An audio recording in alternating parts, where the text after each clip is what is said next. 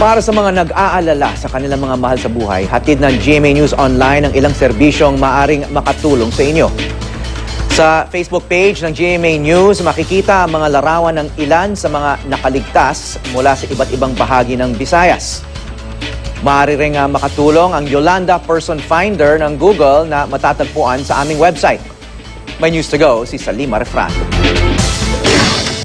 Para sa mga kamag-anak ko na sa Maynila, ako na lang ang natira. Marami sa mga may kaanak sa Leyte at iba pang lugar na sinalanta ng bagyo ang patuloy na nag-aalala sa lagay ng mga mahal nila sa buhay, lalo't mahirap ang komunikasyon doon.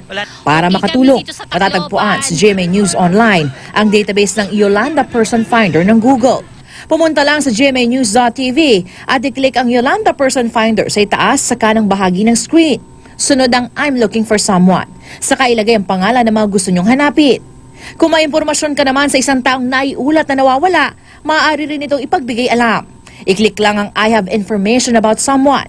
Magagamit din ang person finder sa pamamagitan ng inyong cellphone.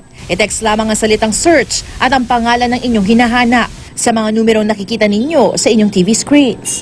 Sa ngayon ay nasa 240,000 entries na ang nasa Yolanda Person Finder ng Google. Kabilang sa bilang na yan ang mga impormasyong nakalap tungkol sa mga nahanap na at mga kasalukuyang hinahanap pa rin ng kanilang mga kaanak.